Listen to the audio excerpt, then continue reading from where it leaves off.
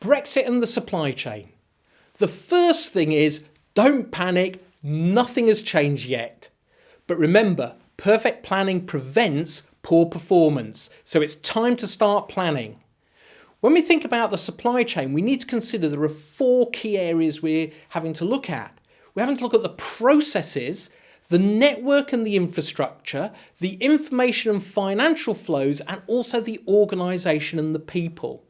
Critically, Brexit will impact on all these areas. So from the perspective of a supply chain professional, we really need to start considering these now so that we're ready for what the future brings.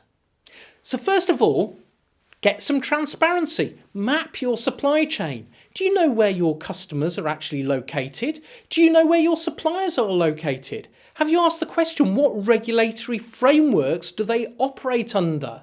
It's critical that we understand those regulatory frameworks because that's where a lot of the change may be occurring. The worst case scenario is that we have to trade under World Trade Organization rules. Reflect on these and understand the implications of this. Perhaps look at how other countries not in the European Union have to trade with Europe. Look at the USA or China or even Canada. What barriers and what opportunities do they have? Because we may end up in a similar situation. That, as I said, is probably the worst case scenario. Regulation is critical within this whole thing. This is what's going to change. Streamline, therefore, our business and trade processes can actually happen. Leverage the digital revolution and take advantage of regulatory flexibility. Be prepared for that. Don't forget, most of all, on the organisational side, to consider your workforce. Make sure that from whatever nation they're from, they are truly valued. It's critical that for a good supply chain, you have diverse workforce requirements. People from many cultures, many environments, and this is really important to leverage the skills from that. So make sure that people are aware of the implications for them. There's lots of misinformation, so just make sure that you share the facts with them. Also, try to brief your senior boards of directors. Why? Because they can perhaps have some influence over the politicians as well.